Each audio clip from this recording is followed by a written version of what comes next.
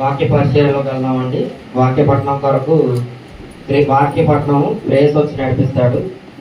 సామెతలు 31వ అధ్యాయము 10వ వచనం నుంచి చివరి వరకు చదవలసిందిగా కోరుతాం. గుణవతి అయిన భార్య దొరకట అరదు, అట్టిది ముత్యము కంటే అమూల్యమైనది. ఆమె పెనిమిటి ఆమె యందు నమ్మిక ఉంచును, అతని లాభప్రాప్తికి వెలితి కలగదు. ఆమె తాను బ్రతుకు దినములన్నీ అతనికి మేలు చేయును గాని కీడేమీ చేయదు. ఆమె గొర్రెబొచ్చును అవిసేనాలను వెతుకును, తన చేతులారా వాటితో పనిచేయును. కొట్టకపు ఓడలు దూరం నుండి ఆహారం తెచ్చినట్లు ఆమె దూరం నుండి ఆహారం తెచ్చుకున్నాను. ఆమె చీకటితోనే లేచి తన ఇంటి వారికి భోజనం సిద్ధపడుతుంది. తన పనికెత్తలకు భక్తము ఏర్పరచును. ఆమె పొలమును చూచి దానిని తీసుకొను. తాము కూడబెట్టిన ద్రవ్యము పెట్టి ద్రాక్ష తోట ఒకటి నాటించును. ఆమె నడికట్టు చేత నడుము బలపరుచుకొని చేతులతో బలంగా పట్టి తన వ్యాపార లాభము అనుభవం చే తెలుసుకొను. రాత్రి వేళ ఆమె దీపము ఆరిపోదు. ఆమె పట్టెను చేత పట్టుకొను. తన వేళ్లతో కదులు పట్టుకొని వడుకును. దీనులకు తన చేయి చాపును, దరిద్రులకు తన చేతులు చాపును.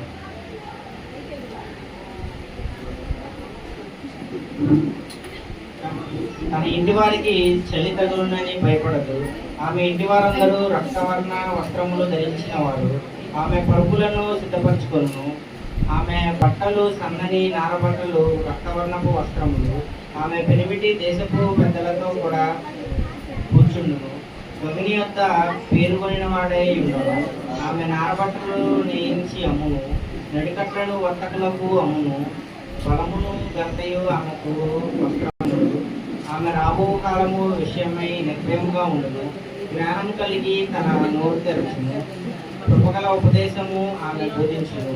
ఆమె తన ఇంటి వారి నడతలను బాగుగా కనిపెట్టును. పని చేయకుండా ఆమె భోజనం చేయదు. ఆమె కుమారులు లేచి ఆమెను ధన్యురాలందరు. చాలా మంది కుమార్తెలు పతివ్రత ధర్మము అనుసరించి ఉన్నారు, కానీ వారందరినీ నీవు మించిన ధనవని ఆమె పెనిమిటి ఆమెను పొగుడును. అందము మోసకరము, సౌందర్యం వ్యర్థము. యెహోవాయందు భయభక్తులు కలిగిన స్త్రీ కొనియాడబడును. చేసిన పనిని బట్టి అట్టి దానికి ప్రతిఫలం ఇయ్యదగును. బహునుల యొక్క ఆమె పనులు ఆమెను కొనియాడను. వాక్యం చదివి పిలిచిన రేస్కి సగవంత తరఫున వందనాలు తెలియజేస్తున్నానండి.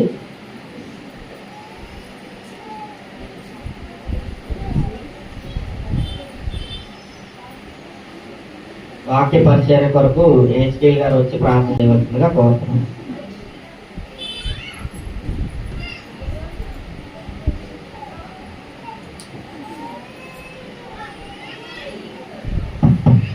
ప్రార్థన చేసుకున్నాను.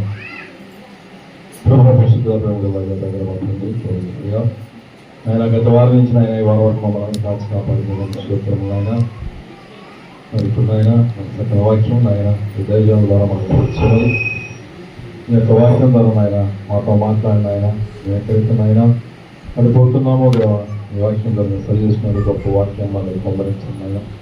ముఖ్యంగా ఆయన ఇక్కడ రావాల్సిన బిడ్డలు ఆయన మనందరూ కొడతారు కాబట్టి సహాయం చేయమని, ముఖ్యంగా ఆయన మేమందరూ సమయాన్ని పాటించే బిడ్డలుగా ఉంటామని సహాయం చేయమని, ఎవరికైనా పాటల ద్వారా ఆయన మేము భయపరుచుకున్నాము. వాక్యం ద్వారా ఆయన మీ యొక్క ధైర్యం ద్వారా మాకు దయచేయమని, వాక్యం ద్వారా మాతో మాట్లాడండి, వాక్యం ద్వారా మాకు గద్దించండి. అన్ని విషయాల్లో నాయన మీరే మాకు తోడు ఉండమని, ముఖ్యంగా నాయన మరి యుద్ధాలు జరుగుతుంది నాయన, ఓ పక్కన భయంకరమైన యుద్ధాల మధ్యలో ఉన్నాం నాయన, ఏమిటినైనా శాంతింపచేయండి అయినా. యుద్ధం ఎవరి మీదకి ఎలా వచ్చి పట్టుకో తిరిగిన పరిస్థితిలో ఉన్నాం కాబట్టి ఇక్కడ రక్షణ పొందని బిడ్డలు ఉంటే కనుక నాయన మరి ఈ రోజు నాయన మరి రక్షణ పొందితే ఏ యుద్ధం వచ్చినా మాకు ఏం లేదు, భయంగా ఉంటామని, భయం లేక ధైర్యంగా ఉంటాం ఆయన రక్షణ పొందుతుంటే. కాబట్టి దాన్ని గ్రహించిన ఆయన ఇంకా ఎవరైతే రక్షణ పొందుకొని ఉన్నారో వాళ్ళ త్వరగా రక్షణ పొందడానికి సహాయం చేయమని, మరొకసారి నాయన వారికి రావాల్సిన బిడ్డలు ప్రత్యేక జ్ఞాపకం చేసుకుని త్వరగా వాళ్ళకి సహాయం చేయమని యేసుక్రీస్తు నామములో వేడుకుంటున్నాం మా పరమ తండ్రి. ఆమేన్. మీ అందరికీ వందనాలండి.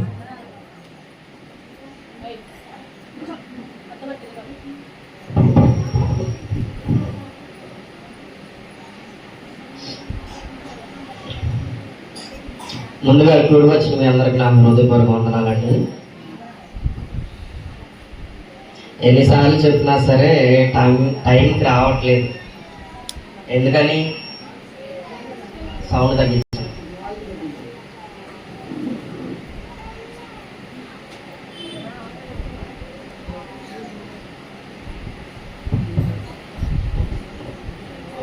మనం ఎన్నింటికి అనుకున్నామండి ఆరాధన?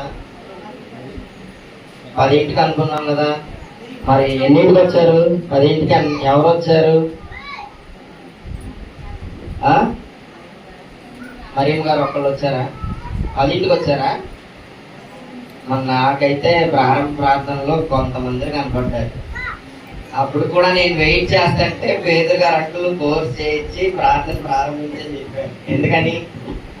ఎన్నిసార్లు చెప్పినా మీరు ఎలాగో రారని అంకుల్ గారు అబ్జర్వ్ చేశారు. రావాలండి. ఇది చాలా సీరియస్ గా తీసుకోండి. మనం సమయాన్ని అనుసరించకపోతే మనం దేవునికి మహిమ తెచ్చే వాళ్ళంగా ఉన్నాం. మనం సమయం క్రమం పాటిస్తేనే దేవునికి మహిమ. ఈరోజు ఒక చక్కటి అంశాన్ని మనం తెలుసుకోబోతున్నాం అండి. ఏంటిదంటే అది క్రైస్తవ స్త్రీ. ఎందుకని తెలుసుకోబోతున్నాం ఈరోజు? ఇప్పుడు సామెతలు 31వ అధ్యాయం చదివాడు కదా తమ్ముడు. ఈ 31వ అధ్యాయం మొత్తం స్త్రీల గురించి అండి, క్రైస్తవ స్త్రీ గురించి. ఈ రోజు ఎందుకు పర్టికులర్ గా స్త్రీ గురించి తెలుసుకోబోతున్నారు చెప్పండి. ఈ రోజు international women's day. Women's day ఎప్పుడు వచ్చింది? ఎందుకు వచ్చింది? అసలు ఉమెన్స్ డే ఎందుకు చేయాలి మనం చెప్పండి? ఉమెన్స్ డే అసలు ఎప్పుడు ప్రారంభమైంది చెప్పండి? ఎవరికైనా తెలుసా? ఎవరికి తెలియదా? 1917లో రష్యాలో టెక్స్టైల్ ఇండస్ట్రీలో చేసే స్త్రీలందరూ బ్రెడ్ అండ్ పీస్ కోసం స్ట్రైక్ చేయడం మొదలెట్టారంట. ఏది? వరల్డ్ వార్ 1 టైంలో, ప్రపంచ యుద్ధం 1వ యుద్ధం జరిగేటప్పుడు స్ట్రైక్ చేశారంట. టెక్స్టైల్ ఇండస్ట్రీలో రష్యాలో ఉన్న స్త్రీలందరూ పీస్ అండ్ బ్రెడ్ కోసం, అంటే శాంతి లేకపోవడం మూలన అందరూ కొట్టుకొని అందరూ చనిపోవడం మూలన తినడానికి తిండి లేదని చెప్పి స్త్రీలందరూ కలిసి స్ట్రైక్ చేశారంట. అప్పుడు ఇంటర్నేషనల్ ఉమెన్స్ డే అనేది ప్రారంభమైంది. అప్పటి నుంచి ఇది ఒక క్రమంగా జరుపుకుంటారు. క్రైస్తవ స్త్రీ గురించి మనం తెలుసుకోబోతున్నాం ఈరోజు. ఆదికాండము 2వ అధ్యాయం 18 వచనం చూడండి. ఆదికాండము 2వ అధ్యాయం 18 వచనం అండి. ఇప్పుడు నేను మొదటగా చెప్పబోయేది అంతా పురుషుల కోసం చెప్తా. స్త్రీ గురించి అన్నాడు, మరి పురుషులకి ఏంటన్నారా? పురుషులు స్త్రీ పట్ల ఎలా ఉండాలనేది మనం తెలుసుకోబోతున్నాం. అసలు స్త్రీ అంటే ఏంటి? స్త్రీ పాత్రలు ఏమేమి ఉన్నాయండి? స్త్రీలు ఎవరన్నా బయట ఉంటే వినేవాడు, పిల్లలు బాగా చేసే పిల్లలు ఉంటే ఉండండి తప్పదు, కానీ వినాలనుకున్న వాళ్ళు మాత్రం ఖచ్చితంగా లోపలికి వచ్చి కూర్చోవలసిందిగా కోరుతున్నాను. ఎందుకంటే ఈరోజు మనం తెలుసుకోబోయే అంశం చాలా మంచిది, గొప్పది. ప్రాముఖ్యంగా స్త్రీల గురించే మనం తెలుసుకోబోతున్నాం కాబట్టి స్త్రీలందరూ లోపలికి వచ్చి కూర్చోవలసిందిగా నేను కోరుతున్నాను. స్త్రీ పాత్రలు అనేకం ఉన్నాయంట. స్త్రీ అమృతాన్ని పంచుతుంది అమ్మగా, అభిమానాన్ని పంచుతుంది చెల్లిగా, ఆప్యాయతను పంచుతుంది అక్కగా, అనురాగాన్ని పంచుతుంది భార్యగా, ఆనందాన్ని పంచుతుంది కూతురిగా. ఎన్ని పాత్రలు పోషిస్తుందంటే స్త్రీ? ఎన్ని పాత్రలు ఉన్నాయి? భర్త కూడా పోషిస్తాడు, తండ్రిగా, కొడుకుగా, భర్తగా. ఇంకా పురుషులు కూడా ఎన్నో పాత్రలు పోషిస్తారు. కానీ స్త్రీకే ఎందుకు అంత ప్రాధాన్యత చెప్పండి? బైబిల్ అసలు ఏం చెప్తుంది చూడండి స్త్రీ గురించి. ఆదికాండం 2వ అధ్యాయం 18 వచనం చూడండి. మరియు దేవుడైన యెహోవా నరుడు ఒంటరిగా ఉండటం మంచిది కాదు. నరుడు ఒంటరిగా ఉండటం మంచిది కాదు. వానికి సాటి అయిన సహాయమును వాని కొరకు చేయదుననుకుని. నరుడు ఒంటరిగుంటే ఏం చేస్తాడు? ఒంటరిగుంటే తొందర పనులు చేస్తాడన్న. అందుకని కాదు. స్త్రీని ఎందుకు నిర్మించాడంటే నరుడు ఒంటరిగా ఉండటం మంచిది కాదు, పురుషుడు ఒంటరిగా ఉండటం మంచిది కాదని చెప్పి స్త్రీని నిర్మించారంట. అలాగే ప్రాముఖ్యంగా సాటి అయిన సహాయం, అంటే నీకు equal mate and good helper గా ఉండటానికి సాటి అయిన సహాయం, ప్రతి విషయంలో నీకు సాటి అయిన సహాయంగా ఉండటం కోసం స్త్రీని నిర్మించాడు దేవుడు. మనం చూసినట్లయితే మన చర్చిలోనే చాలా మంది ఉన్నారు. ఎవరు? మన వ్యాపారాలకు వెళ్ళేవాళ్ళు, కరుణ ఆంటీ గారు వాళ్ళు. స్త్రీలు చాలా మంది పురుషులతో పాటు ఏం చేస్తారు? ఇంట్లో పనులు చూసుకుంటారు, అలాగే బయట వ్యాపారాలకు కూడా వెళ్తారు. సాటి అయిన సహాయం అండి. సాటి అయిన సహాయం అంటే ఇంట్లో పనులు చూసుకొని పిల్లల్ని పెంచడమే కాదు, ఇంకా వ్యాపారంలో కానీ అనేక విషయాల్లో స్త్రీ భర్తకి, పురుషుడికి తోడుగా ఉంటుంది, తోడ్పడుతూ ఉంటుంది. అలాగే ఆదికాండం 1:27 చూడండి. నాకు బాగా జలుబు చేసింది ఈరోజు, చాలా ఇబ్బంది పడుతున్నాను కానీ చెప్పాలి. ఎందుకంటే నేను చెప్పిన అన్ని అంశాల్లో కల్లా బాగా బాధ కలిగించే విషయం ఇది ఈరోజు చెప్పే అంశం. ఎందుకంటే ప్రిపేర్ అయ్యేటప్పుడే నేను కొన్ని బాగా రీసెర్చ్ చేశాను అనమాట. రీసెర్చ్ చేసినప్పుడు ఈ టాపిక్ ఎందుకు ప్రభావం ఎంచుకున్నానని ఫీల్ అయ్యాను నేను. ఎందుకంటే ముందు తెలుసుకోబోతున్నాం మనం. ఒక రకంగా నేను ప్రిపేర్ అవ్వలేకపోయాను, ఇప్పుడు చెప్పలేకపోతున్నాను కూడా ఏమో. అంత దారుణమైన సంగతులను నేను తెలుసుకున్నాను నా ప్రిపరేషన్లో. చదవండి. దేవుడు జీవము కలిగి చలించు వాటిని ఆదికాండం 1:27 దేవుడు తన స్వరూపమందు నరుని సృజించెను, దేవుని స్వరూపమందు వారిని సృజించెను, స్త్రీని గాను పురుషుని గాను.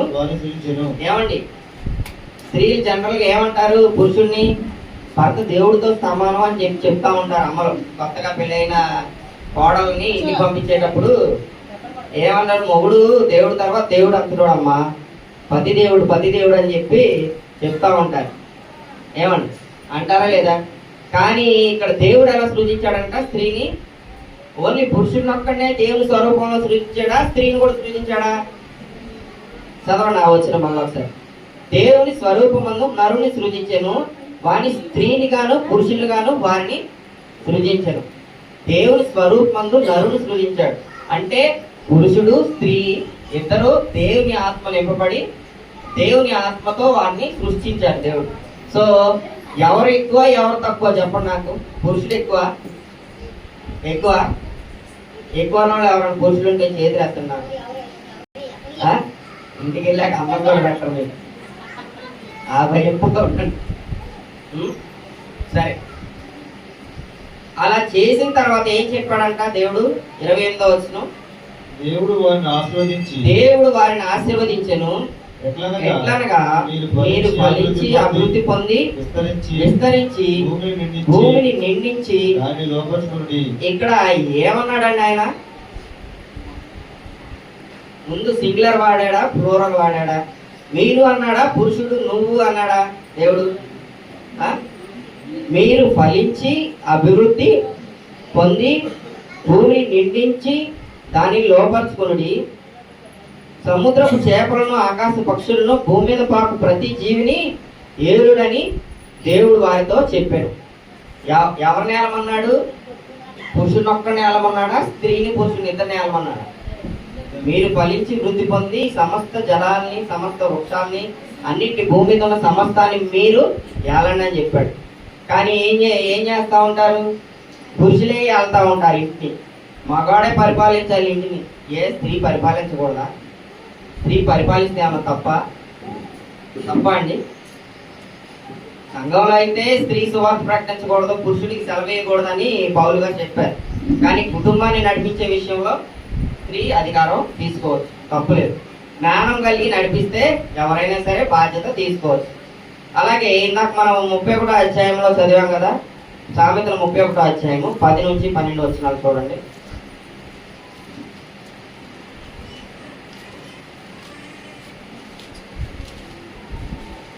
31వ అధ్యాయము 10 నుంచి 12. గుణవతి అయిన భార్య దొరుకుట అరుదు, అట్టిని ముత్యము కంటే అమూల్యమైనది. ఆమె పెనిమిటి ఆమె యందు నమ్మకించును, అతని లాభప్రాప్తికి వెలితి కలగదు. ఆమె బ్రతుకు దినములలో అతనికి మేలు చేయను కానీ వీడేమి చేయదు. పురుషులారా తెలుసుకోండి, ఏంటి? గుణవతి అయిన భార్య దొరుకుట అరుదు. ఇక్కడ పెళ్ళైన వాళ్ళు ఎంతమంది ఉన్నారు? అందరూ ఉన్నారుగా. గుణవతి అయిన భార్య ఎంతమందికి దొరికిందో చేతులేస్తండి. నేను ఎత్తేస్తా. మీకు ఫుడ్ ఉండదు, భయపడండి కొద్దిగా. ఇంటికి వెళ్ళిన తర్వాత అన్నం పెట్టాలో అందరూ చేసేస్తుండే, లేకపోతే మీకు ఉండదు. ముందే చెప్తున్నా, ఏ చికెన్ ఏదో పట్టుకొని ఉంటుంటారు స్పెషల్గా సండే. గుణవతి అయిన భార్య దొరుకుట అరుదు, అట్టిది ముత్యం కంటే నాకు భయమేనండి. అందుకే నేను ముందే ఎత్తే, మీ అందరికన్నా ముందే ఎత్తా. ఎందుకని చెప్పండి. మగాడంట బయట పుల్లా బతుకుతాడంట, ఇంటికి వెళ్ళిన తర్వాత ఎందుకని ఆ విషయం నాకు అర్థమయ్యేది కాదు. ఈ సామెత ఏంట్రా బాబు ఇలా ఉంది, వెరైటీ కానీ ఆలోచిస్తే అడవికి రాజెవరండి? అడవికి రాజెవరు? అది అడవిలో అంతా తిరిగిన పులి ఇంట్లోకి వచ్చేసరికి సింహం ఉన్నప్పుడు భయపడాలా లేదా? ఇంట్లోకి వచ్చినప్పుడు పులైనా పిల్లి సింహాన్ని చూడగానే పులైనా పిల్లిలా మారిపోతాడు. ఇంట్లో ఉంది ఆడసింహం అయినప్పుడు ఆటోమేటిక్ గా పులైనా సరే పిల్లిలా మారిపోతాడు. దేవుని వాక్యం మనకేం చెప్తుందండి? గుణవతి అయిన భార్య దొరుకుట అరుదు. కాబట్టి గుణవతి అయిన భార్య దొరికింది కాబట్టే ఈ రోజు ఇక్కడ ఉన్న పురుషుడు స్త్రీ కుటుంబంగా ఇక్కడ ఆరాధించుకోవడానికి కూడుకున్నారు. అలాంటి గుణవతి అయిన భార్య దొరకపోయింటే నీ దారి నువ్వు వెళ్ళవా, నీకు నచ్చితే నువ్వు వెళ్ళు, నేను వచ్చే టైంకి వస్తా, నేను చేసే టైం చేస్తానని ఆర్గ్యుమెంట్ చేసే స్త్రీలు కూడా సమాజంలో ఉన్నారు. ఇప్పుడు జనరేషన్ ఎలా ఉందంటే, నేను మొన్న బైక్ మీద వెళ్తున్నాను, నేను మామూలుగా ఇప్పుడు నాకు కూడా ఫోన్ ఇచ్చే, కాకపోతే వద్దనుకున్నప్పుడు ఆపేసుకోగలం, కంట్రోల్ ఉంది. చాలా మందికి ఫోన్ పిచ్చి ఉంటుంది, అందరికీ ఉంటుంది. ఇప్పుడు రీల్స్ ఎలా ఉన్నాయంటే, నువ్వు ఏది పొద్దున్న లేచి లగంగానే మనం రాత్రి అంతా ఫోన్ సైలెంట్గా ఉంటుంది. టెక్నాలజీ ఎంత దారుణంగా తయారైందంటే, నువ్వు ఫోన్ ఇలా పట్టుకోవటం ఏంటి నీకు నోటిఫికేషన్స్ 100 వస్తాయి. మీరు అబ్జర్వ్ చేశారో లేదు? చేశారా ఏమన్నా? రాత్రి అంతా సైలెంట్గా ఉంటుంది ఫోను. మనం రెస్ట్లో ఉన్నప్పుడు ఫోన్ మూమెంట్లో లేనప్పుడు ఏ నోటిఫికేషన్స్ రావంట. ఎవరైనా మెసేజ్ పంపించినా నోటిఫికేషన్ అయినా ఏదైనా సరే. కానీ మనం పొద్దున్న లేకంగానే ఫోన్ ఇలా కదిలించగానే టింగ్ టింగ్ టింగ్ టింగ్ టింగ్ టింగ్ అని మోగుతా ఉంటుంది ఫోన్. ఎందుకని? ఒక్కసారి పట్టుకుంటే వదలకూడదు అనమాట. ఆ లెవెల్లో వస్తాయి నోటిఫికేషన్స్. అంతా ఫోన్ పిచ్చి అయిపోయింది. మొన్న ఒక అమ్మాయి స్కూటీ తోలుతుంది. స్కూటీ తోలుతా ఇప్పుడు మనం గూగుల్ మ్యాప్స్ కోసం దారి చూసుకోవడానికి ఫోన్ తగిలించుకుంటాం కదా బళ్ళకారు కార్లకి. దానికి ఫోన్ తగిలించింది. ఒక చేతితో ఇట్లా తోలుతుంది, ఇంకో చేతితో రీల్స్ నడుపుతుంది. దేవుడా, ఎక్కడికి వెళ్ళిపోతున్నారు? ఎవరు తక్కువ కాదు. మొన్న 2 రోజుల క్రితం ఈ ఇన్సిడెంట్ చూసా. నిన్న వచ్చేటప్పుడు ఆటో తోలుతున్నాడు. ఆటోకి సెంటర్లో హ్యాండిల్ మీద స్టాండ్ లో గూగుల్ మ్యాప్స్ చూడడానికి పెట్టుకుంటారు కదా, గూగుల్ మ్యాప్స్ లేవు, ఏం లేవు, ఆడుకుంటే వీళ్ళు చూసుకుంటున్నాడు. అంత పిచ్చి అయిపోయిందండి ఫోన్ అంటే. గుణవతి అయిన భార్య దొరుకుతారు. మనకి గుణవతి అయిన భార్య దొరికింది కాబట్టి ఈరోజు పిల్లల్ని కుటుంబాన్ని నడిపించుకొని దేవుని మందిరంలో కూడుకొని ఉన్నాం. అట్టిది ముత్యము కంటే అమూల్యమైనది. ఆ స్త్రీ వలన పురుషుడికి లాభమే కానీ నష్టం ఉండదంట. అతనికి మేలు చేయనే కానీ కీడేమీ చేయదు. ఏం చేస్తుందంట గుణవతి అయిన భార్య? ఎప్పుడన్నా కీడు చేస్తుందండి? ఏం కీడు చేయదు. మనం ఏమైనా తప్పులు చేస్తే కూడా మనల్నే సపోర్ట్ చేస్తూ ఉంటారు. మనల్ని ఎవరన్నా మాట అన్నా సరే వాళ్ళు ఊరుకొని మన తరపున వాదిస్తూ ఉంటారు. సో గుణవతి అయిన భార్య దొరుకుట అరుదు. అలాంటి గుణవతి అయిన భార్య అందరి కుటుంబాల్లో దేవుని బిడ్డలుగా మారి వాళ్ళందరూ మన కుటుంబాల్లో ఉన్నందుకు మనం చాలా సంతోషించాలి, దేవుని మహిమపరచాలని. అలాగే సామెతలు 19వ అధ్యాయము 13వ వచనం చూడండి.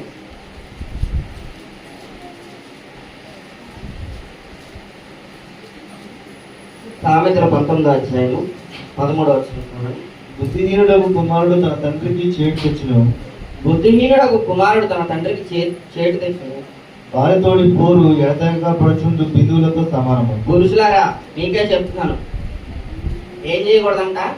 పెళ్ళైన వాళ్ళు భార్యతోటి పోరు పెట్టుకోకూడదంట. బయట పని చేసి వస్తారు, ఫుల్గా ఆ స్ట్రెస్ ఉంటుంది. ఇంటికి వచ్చిన తర్వాత పోరు పెట్టుకున్నావు అనుకో భార్యతో, బయట పోవడానికి పని చేసి వస్తావు, ఎండలో తిరిగి వస్తావు, ఇంటికి వచ్చేసరికి భార్యతో పోరు పెట్టుకున్నావు అనుకో, అది ఎలా ఉంటుందంట? ఎడతెగక పడుచుండు బిందువులతో సమానం. నువ్వు గొడవ పడతావు, నువ్వు అరుస్తావు, నువ్వు మర్చిపోతావు, నువ్వు పడుకుంటావు, తెల్లారే మళ్ళీ మొదలగవు. సో భార్యతో పోరు ఎప్పుడు పెట్టుకోకూడదంట. ఎప్పుడన్నా పెట్టుకుంటే గాడవుటే. ఎడతెగక పడే బిందువులు లాంటిదంట. ఆపకుండా పడుతూనే ఉంటుందంట ఆ వర్షం. ఆ వర్షం ఎంత అంటే మొదటి బిందువుకి ఒక రకంగా పెయిన్ ఉంటే రెండో బిందువు ఇంకొక రకంగా మూడో బిందువు అలా వరుసగా ఒకే చోట పడతా ఉంటే ఆ బుర్ర ఏమవుద్ది, బద్దలైపోతుంది. సో తల దూకుంటే దువ్వెంతో దూక్కోండి కానీ కత్తితో జుట్టు దూకోవాలనుకో మాకు. కత్తితో బుర్ర కొక్కుంటే ఏమవుద్ది, ఊడుకుంటూ కూడా కాదు, ఏకంగా రక్తం కారిద్ది. సో జాగ్రత్తగా ప్రవర్తించాలి. భార్యతో ప్రవర్తించేటప్పుడు జ్ఞానం చొప్పున కాపురం చేయాలి. సామెతలు 21వ అధ్యాయము 9వ వచనం కూడా చూడండి. ఇది పురుషులకి మాత్రం అండి. ఇప్పుడు నేను చెప్పేది పురుషులు స్త్రీ పట్ల ఎలా ఉండాలనేది మనం తెలుసుకుంటున్నాం. 21వ అధ్యాయం 9వ వచనం. గయ్యాలతో పెద్ద ఇంట నుండి కంటే గయ్యాలితో పెద్ద ఇంట నుండి కంటే మిద్ది మీద ఒక మూల నివసించడం మేలు. మిద్ది మీద ఒక మూల నివసించడం మేలు. భక్తిహీనుని మనస్సు చాలండి. గయ్యాలితో పెద్ద ఇంటి నుండి కంటే ఏం చేయొచ్చు అంట, మిద్ది మీద ఒక మూల. ఏంటి నవ్వుతున్నారు? సిచ్యువేషన్కి అంత సింక్ అయిందా? ఏమండి ఎవరన్నా ఇల్లు పైన మా మూల రూమ్ కట్టుకున్నారా భయం వేసి? గయ్యాలతో ఒక ఇంట్లో కాపురం చేయలేక భర్తలు అంటే ఏం చేస్తారంట, మిద్ది మీద ఒక రూమ్ కట్టించుకొని దాంట్లో ఉండటం బెటర్ అనుకుంటారంట. సో స్త్రీలు భర్తతో ప్రవర్తించేటప్పుడు ఎంతో మృదువుగా, మౌనంగా, సున్నితంగా ప్రవర్తించాలి. అలాగే పురుషులు ఎలా ఉండాలంట, స్త్రీలు కనుక గయ్యాలు లెక్క ఉన్నారనుకో, పురుషులు ఒక మిద్ది మీద ఇల్లు కట్టుకొని ఇక అక్కడే ఉంటారంట, ఇక ఇంట్లో కూడా రారంట, భయపడతారంట. కానీ పురుషుడు స్త్రీల పట్ల ఎలా ఉండాలని దేవుని వాక్యం మనకు ప్రకటిస్తుంది. 1 పేతురు 3వ అధ్యాయము 7వ వచనం చూడండి. పేజ్ నెంబర్ 215 అండి. పురుషుడు బాగా అండర్లైన్ చేసుకొని నోట్ చేసుకోవాల్సిన వచనం అండి. 1 పేతురు 3వ అధ్యాయము 7వ వచనం, పేజ్ నెంబర్ 215 అండి. ఈరోజు ఉమెన్స్ డే సందర్భంగా మనం స్త్రీల గురించి తెలుసుకుంటున్నాం కాబట్టి అంశం మొత్తం మొదటి నుంచి చివరి వరకు స్త్రీల చుట్టూతో తిరుగుతుంది. ఇప్పుడు మనం తెలుసుకుంటుంది ఏంటంటే పురుషుడు స్త్రీ పట్ల ఎలా ఉండాలని తెలుసుకుంటున్నాం.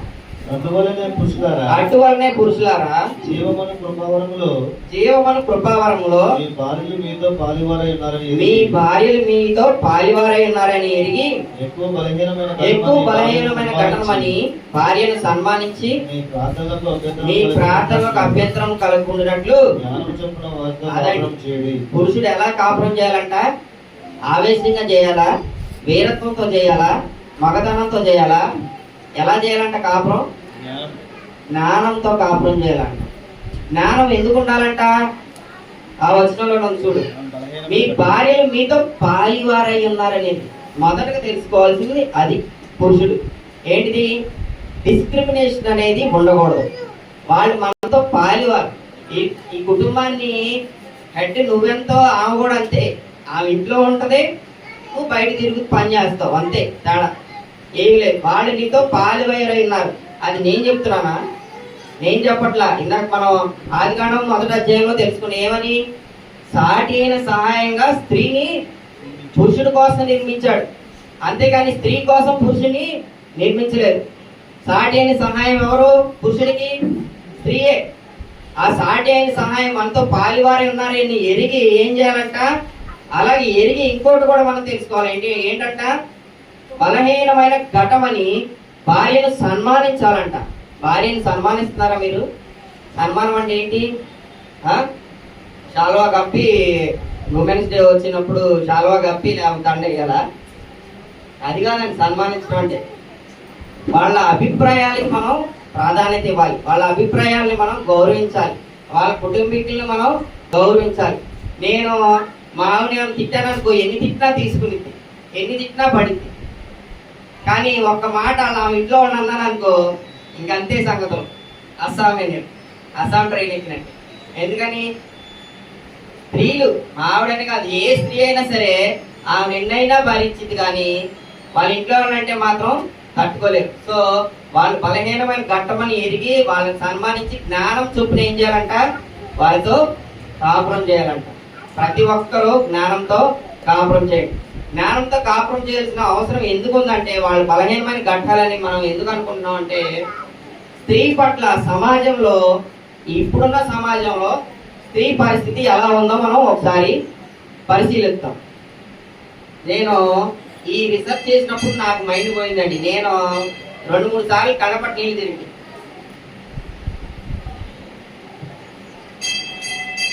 ఇప్పటివరకు మనం పురుషులు స్త్రీ పట్ల ఎలా ఉండాలో తెలుసుకున్నాం. కానీ ఒరిజినల్ గా స్త్రీ పరిస్థితి ఎలా ఉందంటే, స్త్రీ ఎన్నో సమస్యలు సమాజంలో ఎదుర్కొంటుందంట. ఏమేమిటంటే అవి స్త్రీ లైంగిక వేధింపులకు గురవుతుంది, మానభంగాలకు గురవుతున్నారు, యాసిడ్ దాడులు, హత్యలు, అలాగే పరువు హత్యలు, ఎన్నో ఇబ్బందులు ఎదుర్కొంటుంది. ఒక్కొక్క గంటకి స్త్రీ దాడులు గురయ్యి ఒక్కొక్క గంటకి పోలీస్ స్టేషన్లో 51 కంప్లైంట్లు ఇస్తున్నారు. అలాగే 66 కేసులు, 1,00,000 మంది ఉంటే ప్రతి 1,00,000 స్త్రీకి 66 కేసులు ఉన్నాయంట. అంటే దాదాపుగా సగం పాపులేషన్ 750 కోట్లలో సగం పాపులేషన్ స్త్రీలు అనుకున్నా సగం కన్నా తక్కువ, అంతకన్నా తక్కువ అనుకున్నా సరే ఎన్నో వేల కేసులు స్త్రీ పెడతారు. ఎందుకని? ఈ దాళ్ళు మూలన వాళ్ళు ఎన్నో ఇబ్బందులకు గురవుతున్నారు. అలాగే పెళ్లి చేసుకున్న స్త్రీలలో ప్రతి 3 స్త్రీలో ఒక ఆమె బాధితురాలు అవుతుందంట. అంటే మనకేం బోధిస్తుంది? సాటి అయిన సహాయం అని బోధిస్తుంది. అలాగే పురుషుడు స్త్రీ కలిసి ఈ సృష్టిని అంతటినీ ఏలాలని దేవుని ఆత్మ పురుషుడు స్త్రీలో నింపి వాళ్ళకి సమానంగా సృష్టించి దేవుడు ఏలుకోమన్నాడు. జ్ఞానం చొప్పున కాపురం చేయమంటే మరి 3 పెళ్ళైన వాళ్ళలో ఒకళ్ళు ఇబ్బందికి గురవుతున్నారు, ఒకళ్ళు బాధకు గురవుతున్నారంటే ఈ సమాజం ఎటువంటి పరిస్థితిలో ఉందో మనం ఆలోచించాలి. అలాగే అటాక్స్ జరుగుతున్నాయంట. అందులో 38% స్త్రీల మీద అటాక్స్ జరుగుతుంటే 38% ఇరుగు పొరుగు వారి నుంచే ఈ అటాక్స్ జరుగుతున్నాయంట. అందులో 29% పబ్లిక్ ట్రాన్స్పోర్ట్ లో జరుగుతున్నాయంట, పబ్లిక్ లోనే. మళ్ళీ అలాంటి ఇబ్బందులకి స్త్రీ గురవుతున్నారు. ఈ డేటా అంతా 2023 సంవత్సరం NCRB national crime reports bureau అని రికార్డ్స్ బ్యూరో వాళ్ళు రిలీజ్ చేసిన డేటా. దాని తర్వాత రిలీజ్ చేయాలి, వాళ్ళే వర్క్ అయి ఉంటారు. ఈ డేటా చూసి స్త్రీలు ఉద్యోగాలు చేయడానికి వెళ్తున్నారు, అక్కడ ఇబ్బందులకు గురయ్యి, లైంగిక వేధింపులకు గురయ్యి, ఎన్నో అవమానాలకు గురయ్యి కూడా ఉద్యోగాలు కూడా వదిలేసిన వాళ్ళు ఉన్నారు. అలాగే ఆడపిల్లల్ని స్కూళ్ళలో జాయిన్ చేస్తే అక్కడ ఇబ్బందులు పడతారని చెప్పి ఇంకో చోట కూడా జాయిన్ చేసిన రోజులు ఉన్నాయి. మా ఆవిడ బీటెక్ లో జాయిన్ చేశారట, బీటెక్ చదువుతానందని చెప్పి. అక్కడ 2-3 అబ్బాయిలు ఎమ్మడబడి ఇబ్బంది పడుతున్నారని చెప్పి ఆ పిల్లని బీటెక్ మానిపించి, బీటెక్ సిఎస్సి ఇష్టం అని చెప్పి అందులో చేరితే ఆ కోర్స్ మానిపించి డిగ్రీ చదివించారు మా తోడు. ఎందుకు? ఎవడో ఇబ్బంది పడి ఎవడో కాలు పడుతున్నాడు, ఈ టార్చర్ అంతా మనకెందుకు, ఆ దగ్గరలో ఉన్న కాలేజీలో రోజు నేను తిప్పుకుంటానని చెప్పి మా మావయ్య కాలేజ్ మార్పించేశాడు. చదువు 1 year వేస్ట్ అయిపోయింది. దానివల్ల ఎవడో పనికి మాలోడు ఎమ్మడ పట్టడం ఏంటి, ఈ అమ్మాయి ఇబ్బందికి గురవడం ఏంటండి. అలాగే చాలా మంది ఇళ్లలో జరిగే ఉంటాయి. అలాగే ఈ రిపోర్ట్ ప్రకారం రోజుకి 86 రేప్ కేసులు ఓన్లీ ఇండియాలోనే రికార్డ్ అవుతున్నాయంట. అలాగే టోటల్ గా 2022 వరకు చూసినట్లయితే 31,677 రేప్ కేసులు అంట స్త్రీల మీద. స్త్రీని సాటి అయిన సహాయంగా మనకి తోడుగా ఉండటానికి నిర్మిస్తే స్త్రీ అనుభవిస్తున్న కష్టాలు ఈ సమాజంలో ఎవరి మూలన ఎవరు పెడుతున్నారు? చాలా మంది 90% ఆడదానికి ఆడది శత్రు కాదనలే, కానీ 95% పురుషుల నుంచే ఈ శ్రమలో, ఈ అవమానాలు, ఈ దాళ్ళన్నీ ఎదుర్కొంటున్నారు. అలాగే మనం చూసినట్లయితే 4,28,278 క్రైమ్స్ జరిగినాయి అంట. అది యాసిడ్ దాడులు అవని, రేప్స్ అవని, ఇంకేమైనా అవని ఒక 4,28,000 జరిగినాయి అంట. వీటిల్లో రకాలు ఏమేమి అంటే ప్రాముఖ్యంగా హానర్ కిల్లింగ్స్ అంట. అంటే ఏంటి? పరువు హత్యలండి. మా కులం కాకుండా ఇంకొకరిని ఎవరన్నా చేసుకుంటే వాళ్ళ అమ్మాయిని చంపేస్తున్నారు. అలాగే రేప్ చేసి చంపేసిన వాళ్ళు ఉన్నారు, డైరెక్ట్ గా ప్రేమించలేదని చంపేసిన వాళ్ళు ఉన్నారు. రాజమండ్రిలో ఏంటి మనం ఎన్నో వార్తల్లో చూసాం. అలాగే ప్రాముఖ్యంగా పెళ్లి చేసుకున్నోడే, తోడుగా ఉండి జ్ఞానం చొప్పున కాపురం చేసినోడే వాళ్ళ అమ్మనాన్నతో కలిసి కట్నం లేదని చంపిన వాళ్ళు ఉన్నారు. ఎంతమందిని చూడలేదు. మానసిక శోభ గురయ్యి స్త్రీలు కూడా ఆత్మహత్య చేసుకున్న వాళ్ళు ఉన్నారు. యాసిడ్ దాడులు ఉన్నాయి. అలాగే చిన్న చిన్న పిల్లల స్త్రీల్ని ఎత్తుకెళ్ళిపోయి అమ్మేస్తున్నారండి. స్టేట్ ట్రాఫిక్, హ్యూమన్ ట్రాఫిక్, ఇలాంటి కేసులు ఎన్నో ఉన్నాయి. అలాగే బలవంత పెళ్లిళ్ళు చేయటం వల్ల కూడా చనిపోయిన వాళ్ళు ఉన్నారు. మా కొలపడికి ఇవ్వాలి, మా ఓడికి ఇవ్వాలి అని చెప్పి బలవంతం పెళ్లిళ్ళు చేయటం వల్ల కూడా చనిపోయిన స్త్రీలు ఎంతమంది ఉన్నారు. అలాగే ఇప్పుడు కొత్తగా ఉన్న ట్రెండ్ ఏంటంటే ఆన్లైన్ హెరాస్మెంట్. వాళ్ళు ప్రేమించానో ఏమైనా మెసేజ్లో ఏమైనా ఫోటోలు పెడితే నువ్వు నేను కలిసి ఉన్న ఫోటోలు నా దగ్గర ఉన్నాయి, ఇదిగో నువ్వు నన్ను ప్రేమించకపోతే, నన్ను పెళ్లి చేసుకోకపోతే మీ నాన్నకు చూపిస్తా, నేను పెళ్లి చేసుకున్నోడికి చూపిస్తా అని బెదిరించి మరి ఆన్లైన్ హెరాస్మెంట్స్ చేసి కూడా స్త్రీల్ని బలవంతం చేస్తున్నారు, మరణించేటట్టు చేస్తున్నారు. ఇలాంటి ఎన్నో ఇబ్బందులకి స్త్రీ గురవుతుంది. అలాగే రేపుకి గురయ్యే వాళ్ళలో కుటుంబీకులు చేసిన వాళ్ళు ఉన్నారు, చుట్టుపక్కల వాళ్ళు చేసిన ఉన్నారు, స్నేహితులు చేసిన వాళ్ళు ఉన్నారు, బంధువులు చేసిన వాళ్ళు ఉన్నారు. అన్ని ఇబ్బందులు. ఒక స్త్రీ బయటికి వెళ్ళిందంటే కూతురు అక్కో చెల్లో బయటికి వెళ్ళిందంటే ఇంటికి వచ్చేదాకా ఆ పురుషుడికి, ఆ తల్లికి, ఆ ఇంట్లో ఉన్న వాళ్ళందరికీ మనశ్శాంతి ఉంటుందండి. 100 సార్లు ఫోన్లు చేసి ఎక్కడున్నా ఏం చేస్తామని ఆరా తీసుకుంటూనే ఉంటారు. ఎంత భయానకంగా ఉన్నాయి చూడండి సమాజం బయట. అలాగే ఆనర్ కిల్లింగ్స్, పరువు హత్యలు చాలా రకాలుగా జరుగుతున్నాయి. ఒకటి ప్రేమించినందుకు చేస్తున్నారు, ఇంకోటి వేరే సంబంధించిన వేరే కులానికి సంబంధించిన వాళ్ళు పెళ్లి చేసుకున్నందుకు చేస్తున్నారు. అలాగే పరువు హత్య చేయడంలో అన్నిటికన్నా దారుణమైంది ఏంటంటే, నేను చదివినట్లు ఒక అమ్మాయి రేపు గురయ్యి ఆ పిల్ల బాధలో షాపులో ఉంటే, ఈ పిల్ల రేపు అయిపోయింది, ఇది మన బయట వాళ్ళకి, మన కులం వాళ్ళకి, మన ఇరుగు పొరుగు వాళ్ళకి తెలిస్తే మనకు అవమానం అని చెప్పి సొంత ఇంట్లో వాళ్ళే ఆ పిల్లని చంపేశారు. ఎంత బాధాకరమైన విషయం. ఆ పిల్ల ఆల్రెడీ మానసిక శోభకి ఎంతో బాధకు గురవుతూ ఉంటుంది. ఇంట్లో వాళ్ళు బాధపడే ఆ పిల్ల గురించి ఆలోచించుకోకుండా ఇంట్లో వాళ్ళే చంపేశారండి. అలాంటి పరిస్థితుల్లో స్త్రీ ఇప్పుడు ఉంది, స్త్రీ ఎదుగుతుంది. అలాగే గౌరీ గురించి, కట్నం గురించి బలవంతం పడుతున్నారు, చంపేస్తున్నారు. ఇలాంటి కేసుల్లో 6,450 మంది స్త్రీలు మరణించారంట.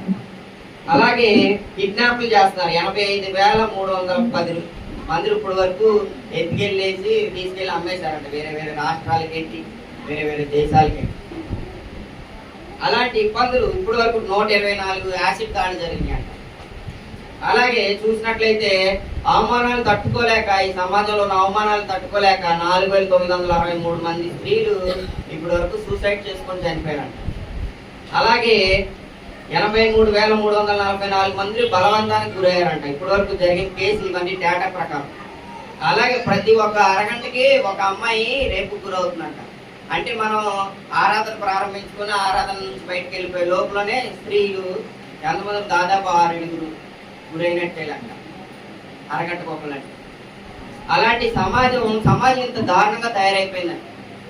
సో ప్రతి ఒక్కళ్ళు జాగ్రత్త వహించండి. మన పిల్లలు ఏం చూస్తున్నారు, ఏం చేస్తున్నారు, ఏం చదువుకుంటున్నారు, ఎలా ఉంటున్నారు, ఎవరితో మాట్లాడుతున్నారు, ప్రతి ఒక్కటి మనం ఎప్పటికప్పుడు తెలుసుకుంటూనే ఉండాలి. ఎవడో ఒకడు ఏదో ఒక రకంగా ట్రాప్ చేస్తూనే ఉంటాడు, ఏదో ఒక రకంగా మోసం చేస్తూనే ఉంటాడు. అవి మనం ఎప్పటికప్పుడు తెలుసుకొని మనమే కాపాడుకోవాలి. ముఖ్యంగా 13 ఏళ్ల నుంచి 18 ఏళ్ల లోపు బాగా గురవుతారంట. ఒకడంట మొన్న ఒక పోలీస్ ఇంటర్వ్యూలో చూశాను, ఒకడానికి ఎంటెక్ చదివినోడంట బాగా అనాలిసిస్ చేసి ఒకే పని మీద ఉన్నాడంట. ఏంటిది, పలానా అమ్మాయి, ఇప్పుడు ఫేస్బుక్ లో జనరల్గా ఏం పెడతారు, నేను పలానా స్కూల్లో చదివానని చెప్పి డేటా పెడతారు, పలానా సంవత్సరంలో పలానా స్కూల్లో చదివానని డేటా పెడతారు కదా. ఆ డేటా సేకరించుకొని అదే స్కూల్లో నేను చదివినట్టు ఆడు క్రియేట్ చేసుకుంటాడంట, ఆడు చదివినట్టు. సో ఆ స్కూల్లో చదివాడని తెలియగానే ఎవరో ఒకరు ఫ్రెండ్ రిక్వెస్ట్ పట్టగానే యాక్సెప్ట్ చేస్తారు కదా. వాళ్ళు యాక్సెప్ట్ చేసిన తర్వాత ఆ లిస్ట్ లో ఆ అమ్మాయి ఫ్రెండ్స్ ఇంకెవరైతే ఉన్నారో వాళ్ళ ఫ్రెండ్స్ కూడా రిక్వెస్ట్ పంపించి వాళ్ళని కూడా ఫ్రెండ్స్ చేసుకొని ఎవరెవరికి ఏ రోజుకి ఏ టైంకి ఏ మెసేజ్ పెట్టానని ప్రతిదీ రిజిస్టర్ చేసుకుంటాడంట. అలాగే వీళ్ళు నాతో ఫ్రెండ్షిప్ లో స్టేజ్ 1లో ఉన్నారని ఒక లిస్ట్ మెయింటైన్ చేస్తాడంట, స్టేజ్ 2లో ఉన్నాడని ఇంకొక లిస్టు, స్టేజ్ 3లో ఉన్నాడు. తర్వాత personal data, personal information, personal photos ఇలా షేర్ చేసి వాళ్ళని ఇలా దాదాపుగా ఒక 1000 మంది అమ్మాయిని మోసం చేశాడంట. అంత ట్రాక్ రికార్డ్ మెయింటైన్ చేసి ఎంటెక్ చదివినోడు ఎవరైతే అప్పుడప్పుడే తెలియకోకుండా ఫేస్బుక్ లోకి చాటింగ్ లోకి వచ్చిన వాళ్ళు ఉంటారు చూసారా, వాళ్ళని ఊరి ఎరలాగా వేసి ఎంతో మందిని అమ్మాయిల్ని మోసం చేశాడంట. అలాంటి సమాజంలో స్త్రీలు బతుకుతున్నారు. సో మీ పిల్లల గురించి మీరు జాగ్రత్త వహించండి. అలాగే ప్రతి 9 నిమిషాలకి ఒక అమ్మాయి ఇబ్బంది పడుతూ ఉంటుందంట. 1.2 crore బార్న్ ఉంటే దాదాపు 10 లక్షల మంది చనిపోయారంట. దేనికి చెప్పండి, చనిపోవటం దేనికి? ఒక్క సంవత్సరంలో 1,20,00,000 మంది ఆడపిల్లలు పుడితే అందులో 10 లక్షల మంది ఆడపిల్లలు చనిపోయారంట. దేనికి చచ్చిపోయారు? ఈ మానవ మగ దుర్మార్గులు, తల్లిలు, తండ్రులు వీళ్ళే చంపేసింది. ఎవరో వాళ్ళంతా వాళ్ళు చనిపోలేదండి. ఆడపిల్ల పుట్టితే కట్నాలు ఇవ్వాల్సి వస్తుంది, కట్నాలు ఉంటాయి, ఎన్నో వేధింపులు ఉంటాయి. ఆడపిల్ల పుడితే నాకు వారసులు లేరని చెప్పి చంపేసిన వాళ్ళేనంట వీళ్ళందరూ. పొద్దున ఒక ప్రిపేర్ అవుతున్నప్పుడు ఒకటి చూశాను. ఏంటంటే ఆడపిల్ల పుట్టిందని చెప్పి ఆ బొడ్డ చిన్న పిల్లని తీసుకుని వెళ్ళి నూతులో పడేశాడంట తండ్రి. అలాగే మళ్ళీ అదే ఆ భార్యకి మళ్ళీ రెండోది కూడా కూతురే పుట్టిందంట. వీళ్ళమ్మ చచ్చిపోయిందని చెప్పి రెండో దాన్ని కూడా ఆ అమ్మ లేనప్పుడు చూసి తీసుకొని వెళ్ళేసి ఏదో హాస్పిటల్లోనే ఎక్కడో అమ్మేసి వచ్చేసాడు అప్పు చెప్పేసి. ఆ తల్లి పూర్వని ఏడుస్తుంటే నేను ఆ వీడియో చూడలేక ఆపేశా. మీ ప్రసంగం ఎందుకు ప్రిపేర్ అయ్యాను రా బాబు అనుకున్నా నేను ఇవన్నీ చెప్పి. అంత దారుణానికి స్త్రీ గురవుతుంది ఈ నేటి సమాజం. ఇప్పుడు ఈ సమాజంలో ఇలాంటి సిచ్యువేషన్స్ ఉన్నాయి కాబట్టి గవర్నమెంట్ కూడా జాగ్రత్తలు వహించి ఎన్నో చట్టాలు తీసుకొస్తున్నారు. ఒక్కొక్క దారుణమైన సంఘటన జరిగినప్పుడల్లా నిర్భయ అని ఇంకా ఎన్నెన్నో చట్టాలు తీసుకొచ్చారు కదా. ఆంధ్రాలో కూడా ఒక చట్టం వచ్చింది. ఏం చట్టం అంటే దిశ. అలాంటి సంఘటనలు జరిగినప్పుడు గవర్నమెంట్ ఇమీడియట్ గా యాక్ట్ చేయాలని చెప్పి ఉమెన్ పోలీసింగ్ స్ట్రెంత్ ని పెంచింది. వాళ్ళ తరపున ఎన్నో చట్టాలని ఎన్నో లాస్ ని తీసుకొచ్చి చేసింది. ఎందుకంటే ఇలాంటి దాళ్ళు ఎన్నో అవమానాలు ఎన్నో ఇబ్బందులకు గురవుతున్నారు కాబట్టి. అంతెందుకు మన ఏలూరులోనే కన్న తల్లే పైన బిల్డింగ్ మీద నుంచి ఆడపిల్ల పుట్టిందని చెప్పి కింద పడి చంపేసి ఎంత దారుణం చూడండి. అలాంటి సమాజంలో నేటి స్త్రీ పెరగటం అంటే ఎంతో కష్టమైన విషయమే.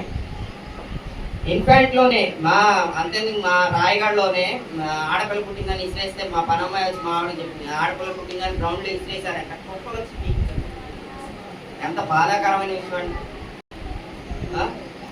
అసలు మన సంఘంలోనే ఉన్నాయండి చాలా. నేను మా మగపిల్లడు పుట్టాలని ప్రార్థన, నేను మన మగపిల్లడు పుట్టాలని ప్రార్థన ఏం చేస్తాం? బహుమానం ఇచ్చేది ఎవడు? గర్భఫలం ఎవరిచ్చి బహుమానం? దేవుడిచ్చి బహుమానం. ఆ బహుమానం ఏదైనా సరే తీసుకోవాలా లేదా? మరి అది బహుమానం అని తెలిసినప్పుడు మనం ఏం చేయాలి? ఆ బహుమానాన్ని బట్టి సంతోషించి ఘనంగా పెంచుకోవాలి. ముందు ఘనంగా కూటం పెట్టాలా లేదా? నా పిల్లోడు పుట్టిన కాడ నుంచి మా తాతయ్య 5-6 సార్లు కూటం పెట్టించాడు.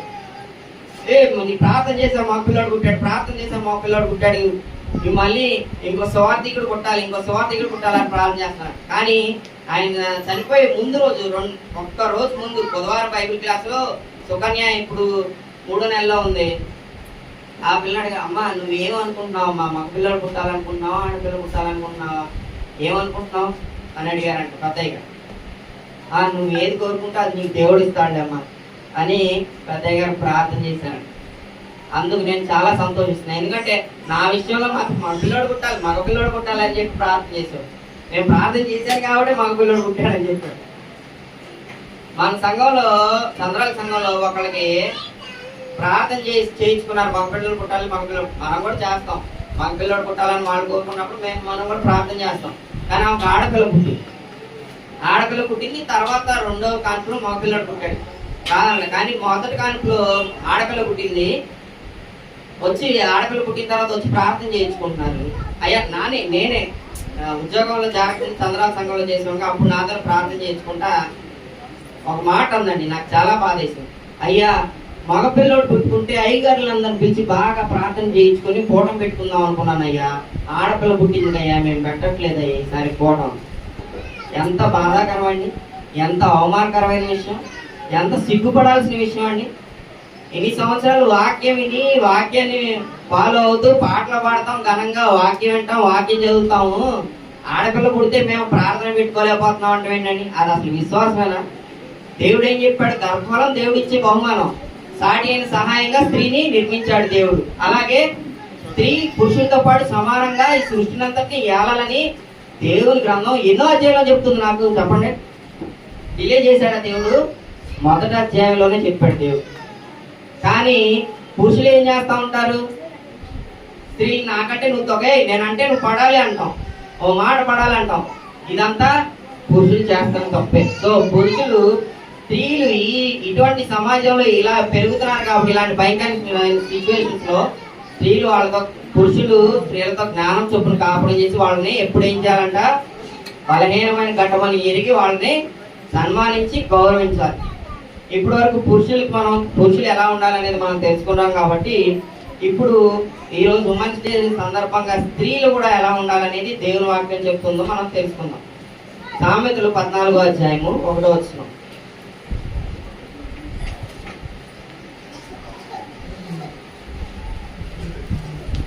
జ్ఞానవంతురాలు తన ఇల్లు కట్టును, జ్ఞానవంతురాలు తన ఇల్లు కట్టును, మూడురాలు తన చేతులతో తన ఇల్లు ఓడబెరుకును. మూడురాలు తన చేతులతో తన ఇల్లు ఓడబెరుకును. జ్ఞానవంతురాలు ఏం చేస్తుందంట? ఇల్లు కడుతుందంట. అంటే ఏంటి? ఇప్పుడు మీరు అందరూ ఇప్పుడు వెళ్ళి ఒక అమ్మగారు ఏమో ఇసుక తెస్తారు, ఇంకొక అమ్మగారు ఇటుకలు తెస్తారు. లక్ష్మణరావు గారు వాళ్ళ భార్య లేడీ మేస్త్రిగా ఉండి ఇప్పుడు ఇల్లు కడతారా?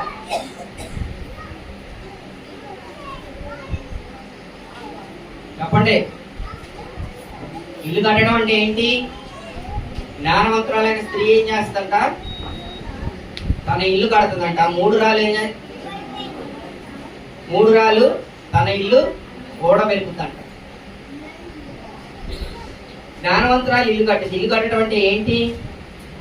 తన కుటుంబాన్ని నిర్మించుకోవటం చక్కగా, అలాగే తన లైఫ్ ని నిర్మించుకోవడం అండి ప్రాముఖ్యంగా.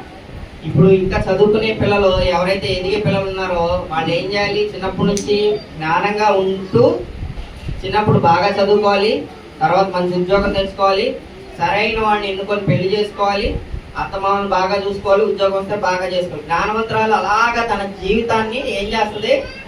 నిర్మించుకుంటారు. జ్ఞానవంతురాలు తన ఇల్లు కట్టుకోవడం అంటే సొంత ఇల్లు కట్టుకోవడం, మంచి డూప్లెక్స్ హౌస్ కట్టుకోవడం ఏదో కాదంట. తన కుటుంబాన్ని చక్కగా నిర్మించుకుంటుందంట, తన కుటుంబాన్ని చక్కగా నడిపించుకునిదంట. అదే అజ్ఞానరాలు ఏం చేస్తుందంట? మూడురాలు అది నేను చెయ్యాలా పనులు, మొత్తం నేను చేయాలి, నువ్వు చెయ్యవా అని చెప్పి ఏదో ఒకటి గొడవ పెట్టుకొని నేనే వినాలన్నమాట, నేనే చేయాలా, నేనే తినాలా, నేనే వండాలా, మీరందరూ తింటున్నారుగా, నేను ఒక్కదాన్ని వండితే మీరందరూ తింటున్నారు, మీరు వండరా అంటారా? అప్పుడప్పుడు సెలవులు వచ్చినప్పుడు నేను ఒడిశాలో ఉన్నప్పుడు బాగా తీరిగ్గా ఉండేది. ఇక్కడికి వచ్చాక 100 పనులు పెట్టుకున్నాను కాబట్టి చేయలేకపోతున్నాం. కానీ ఒడిశాలో నాకు హాలిడేస్ వచ్చినప్పుడల్లా నేను ఉండేవాడు. నాకు వచ్చిన వంటలో 3 4 టమాటా పప్పు, కోడిగుడ్డు పట్టు, ఇంకా బిర్యానీ, ఈ 3 వచ్చాయి ఉండేవాడిని ఖచ్చితంగా. ఓన్లీ ఈ రోజంతా నీకు రెస్ట్. నువ్వు మావిడ అనేది నువ్వు నేను వంట చేస్తాను, సరే నేను వంట చేస్తాను, నువ్వు ఉల్లిపాయలు కట్ చేసి టమాటా కూరగాయలు కట్ చేసి తర్వాత అల్లం వెల్లుల్లి పేస్ట్ పట్టంట, తర్వాత కొత్తిమీర పుదీనా ఊరవంట. ఇక అన్ని నేను చేసే లెక్క అది లాస్ట్ మీరు చేశానని చెప్పుకోవడం దేనికి? మొత్తం నాతో చేస్తాను, లాస్ట్లో పెట్టి మాత్రం తింటున్నారని. ఏం చేయాలి? జ్ఞానం చొప్పున కాపురం చేయాలి. వాళ్ళ పనుల్లో స్త్రీ కుటుంబాన్ని చక్కగా ఎలాగైతే నిర్మించుకుంటూ నడుపుతుందో, ఆదివారం ఆడవాళ్ళకి సెలవేనా లేదా? వచ్చేటప్పుడు ఉండొచ్చారా? సెలవులేదా? ఇవ్వండి అయ్యా సెలవంట. నమోదు మహేష్ ఏమేలానే నువ్వు ఇవ్వవేంటి అలా చెప్తావు? అందరూ ఇవ్వాలండి. అందరం వాళ్ళు చేసే పనిలో ప్రతి పనిలో పాలి భాగం పంచుకోవాలి. పురుషులు స్త్రీలు అందరం మన పిల్లలకి, మన తల్లిదండ్రులకి మనం చేసుకుంటే తప్పే ఉందండి, కలిసి చేసుకోవాలి అన్ని. అలాగే సామెతలు 11వ అధ్యాయం 22వ వచనం చూడండి. జ్ఞానము, స్త్రీకి ప్రాముఖ్యంగా జ్ఞానం కలిగి ప్రవర్తించాలంట. వివేకము గల స్త్రీ, వివేకము లేని సుందర స్త్రీ బంగారు కన్ను వంటిది. పంది ముక్కునున్న బంగారం కమ్మి వంటిదంట. స్త్రీ తెలుసుకోవాల్సింది ఏంటంటే స్త్రీకి ముఖ్యంగా జ్ఞానము వివేకము అనేవి ఉండాలంట. అది లేకపోతే ఎలా ఉంటుందంట? పంది ముక్కున బంగారం కమ్మి పెడితే ఏం చేస్తుంది? పంది బీరువాలో పెట్టుకునిద్దా, తుడుచుకునిద్దా, చక్కగా నీట్గా ఉంచుకునిద్దా? ఆడవాళ్ళు చింతపండుతోనో దేనితోనో చక్కగా రుద్దుకుంటా ఉంటారు ఎక్కడికైనా బయటకు వెళ్ళేటప్పుడు. పంది అలా చేస్తుందా? బురదలో నువ్వు ఎన్నిసార్లు స్నానం చేయించినా పంది బుర్రలో దొరికితే దాంతోపాటు ఆ బంగారు కమ్మని కూడా దొరికేటట్టు చేస్తుంది. వివేకం లేని స్త్రీ పంది ముక్కుకి బంగారు కమ్మి అంటుంది. వివేకంతో జ్ఞానంతో పురుషులకి ఎలాగైతే కాపురం చేయమని దేవుడు చెప్పాడో, జ్ఞానంతో వివేకంతో కుటుంబాన్ని నడిపించుకుంటూ స్త్రీలు కూడా అలాగే కాపురం చేయాలని దేవుని వాక్యం బోధిస్తుంది. అలాగే స్త్రీలకి జ్ఞానం అనేది ఎలాగ అవసరమో, రెండవదిగా వస్త్రాలంకరణ అనేది, ప్రవర్తన అనేది చాలా ప్రాముఖ్యమైనది. 1 తిమోతి 2వ అధ్యాయము 9 నుంచి 11 వచ్చిన పేజ్ నెంబర్ 191 అండి. కొత్త నిబంధన 1 తిమోతి 2వ అధ్యాయము 9 నుండి 11 వచ్చిన చూడండి. మరియు స్త్రీలను అనుకోవయు స్వస్థబుద్ధి కలవారయుండి తగుమాత్రపు వస్త్రముల చేతనే గాని జడలతోనైనను బంగారముతోనైనను ముత్యములతోనైనను మిగులు గలగల వస్త్రములతోనైనా అలంకరించుకొనక దైవభక్తి గలవారమని చెప్పుకొని స్త్రీలకు తగినట్టుగా సత్క్రియల చేత తమను తాము అలంకరించుకొనవాలి. స్త్రీలకి ఏమవసరం అంట? ఎలాంటి అలంకరణ అవసరం? తగుమాత్రపు వస్త్రములు. దైవభక్తి గలవారమని చెప్పుకొని స్త్రీలకు తగినట్టుగా సత్క్రియల చేత తమను తాము అలంకరించుకొనవాలి. మంచి క్రియల చేత నేను ఈ రోజు అలంకరించుకొని దేవుని మందిరానికి వచ్చాను, ఈ మంచి పని చేశాను అనేవాళ్ళు ఎవరైనా ఉన్నారు? స్త్రీలు చెప్పండి. నేను ఈ మంచి పనులు చేస్తున్నాను, ఈ క్రమంగా నేను ఇది చేస్తున్నాను అని ఎవరైనా ధైర్యంగా చెప్పడం చేస్తారు, కానీ చెప్పడానికి ధైర్యం రాదు. అంతేనా? చేస్తూనే ఉంటారు. నేను పొద్దున్న ప్రసంగానికి ప్రిపేర్ అవుతున్నప్పుడు బైబిల్లో నాకు 3000 దొరికినాయి. బైబిల్లో 3000 దొరికినాయి. ఆ బైబిల్ ఎవరిదే? సుకన్య తీసుకున్నాను నేను. ఏమో ఈ బైబిల్లో డబ్బులని ఏంటి ఇలా పెట్టావు, పిల్లలు పడేస్తారంటే నేను మళ్ళీ తర్వాత డబ్బులు ఉంటాయో ఉండవో అని ఎప్పుడు ముందే దశమ భాగం తీసి జాగ్రత్త చేస్తాను. ప్రతి వారం వచ్చినప్పుడు ప్రతి వారం 1000 రూపాయలు అలా చందా వేస్తాను. అందుకని ముందే తీసేసి బైబిల్లో పెట్టుకుంటాను, ఎప్పుడు ఆ టైంకి లోడ్ కాకుండా. అంత క్రమంగా సత్క్రియలు చేస్తూ మంచి పనులు చేస్తూ ఒక క్రమంగా చేసేవాడు, భక్తి చేసేవాడు ఎంతమంది ఉన్నారండి? క్రమశిక్షణ అనేది చాలా అవసరం. స్త్రీ ఆ అక్షయ అలంకారం చూసుకోకూడదంట. తగుమాత్ర వస్త్రములు ధరించుకుంటూ మంచి పనుల చేత వాళ్ళు ధరించుకోవాలంట. అలాగా సత్క్రియల చేత తమను తాను అలంకరించుకోవాలని దేవుని వాక్యం కోరుకుంటాను. అలాగే 1 పేతురు 3వ అధ్యాయము 3 నుంచి 5 వచనాలు చూడండి. పేజ్ నెంబర్ 215 అండి. జడలు అల్లుకొనటయు బంగారు నగలు పెట్టుకొనటయు వస్త్రములు ధరించుకొనటయు వెలుపటి అలంకారం మీకు అలంకారంగా ఉండగా సాధువైనట్టు మృదువైనట్టు గుణమును అక్షయాలంకారము మీ హృదయ అంతరంగ స్వభావం మీకు అలంకారంగా ఉండవాలి. జడలు బంగారము చీరలు వీటి మీద ఉండకూడదంటండి. తగుమాత్ర వస్త్రాలు ధరించుకోవాలి. దైవభక్తి ఉంటూ ఆ హృదయాన్ని అలంకరించుకోవాలంట. హృదయాన్ని ఎంతమంది అలంకరించుకుంటున్నారండి? ఎన్నో రకాలైన సెంట్లు, పౌడర్లు, ఎన్నో రకాలు, ఒకటి మించింది ఒకటి. ఈ కలర్ వేస్తే ఆ షేడు, ఆ కలర్ వేస్తే ఈ షేడు, దానికి ఇది మ్యాచింగ్, దీనికి అది మ్యాచింగ్ అని 100 రకాలు మన బాడీని మన కళ్ళకేసిన ఈ కలర్, ఈ కలరు, ఈ లిప్స్టిక్, ఈ చీర డిజైన్, అంచు డిజైన్, అలా ఈ నెయిల్ పాలిష్లు, అవి వేసుకునే చెప్పులు, బాబు ఎన్ని మ్యాచింగ్లు ఉండాల్సింది. స్త్రీలకు ఇది కాదంట అందం. ఏంట? అలా హృదయాన్ని సత్క్రియల చేత ఏదైతే అలంకరించుకుంటారో అదంట నిజమైన అందం. ఆ అలంకరణ కలిగి క్రైస్తవ స్త్రీ ప్రతి ఒక్కరు ఉండాలని దేవుని వాక్యం మనకి బోధిస్తుంది. సామెతలు 31వ అధ్యాయము 25-26 వచనాలు చూడండి. సామెతలు 31వ అధ్యాయము ప్రత్యేకంగా స్త్రీల కోసం అండి. ఆ అధ్యాయాన్ని ఫాలో అవుతూ మన జీవితాన్ని నడిపించుకుంటే చాలు, మన కుటుంబాన్ని నడిపించుకుంటే చాలండి.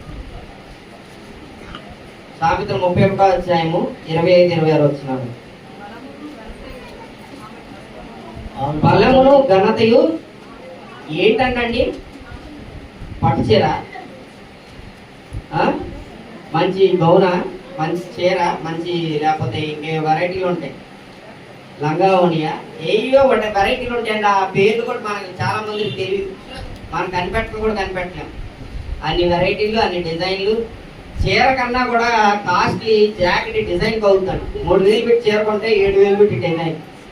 అదేంటో మరి మామూలు లేదు.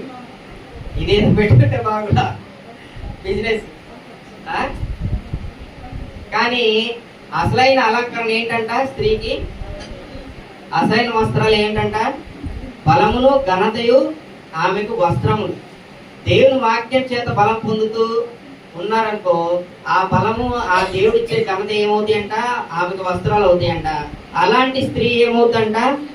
ఆమె రాబో కాలము విషయమై నిర్భయంగా ఉండును, జ్ఞానము కలిగి నోరు తెరుచును, కృపగల ఉపదేశం ఆమె బోధించును. బలమును ఘనతయు వస్త్రాలుగా ధరించుకున్న స్త్రీ ఏం చేస్తుందంట? జ్ఞానం కలిగి నోరు తెరుస్తుందంట. నేను ఎలాగో మా నాన్న స్టైల్లోనే ఉంటాను కాబట్టి ఎప్పుడు ఏదో ఒకటి అరుస్తూనే ఉంటా. మా అక్క నితి, మా ఆవిడతో, నువ్వు మీ ఆయన ఎందుకు కొత్త గొడవలు పడరు? ఎప్పుడు అందరూ ఏదో భర్త భార్య తర్వాత ఏదో గొడవ ఉంటుంది కదా, మీరందరూ ఎందుకు గొడవలు పడరు? ఎప్పుడన్నా ఒకసారి కూడా చూడలేదు ఇన్ని సంవత్సరాలు అంటే. మా ఆవిడ ఒకటే, నా పండగ ఒకటేనమ్మా, ఆయన వరుతున్నప్పుడు, ఆయన బాగుపడుతున్నప్పుడు నేను సైలెంట్గా ఉంటా, అంతే. ఎంత మంచి పండ అండి. జ్ఞానం కలిగి నోరు తెరవడం అంటే అదేనండి. ఇప్పుడు ఏదో స్ట్రెస్ వల్ల, ఏదో బయట ఇంకేదో ప్రాబ్లమ్స్ వల్ల పురుషుడు అరిచాడనుకో, అప్పుడు ఏం చేయాలి? మౌనంగా ఉంటే ఆ గొడవ అంతటితో ఆగిపోతుంది. ఎందుకని? స్త్రీ తల వంచుకొని ఉంటే అది ఆమె ఆ పురుషుడికి ఇస్తున్న గౌరవం, ఆమె చేతకంతనం కాదండి. అది ఏదో ఒక రోజు, ఈ రోజు కాకపోతే రేపు, రేపు కాకపోతే ఎల్లుంటో ఖచ్చితంగా పురుషుడు తెలుసుకుంటాడు.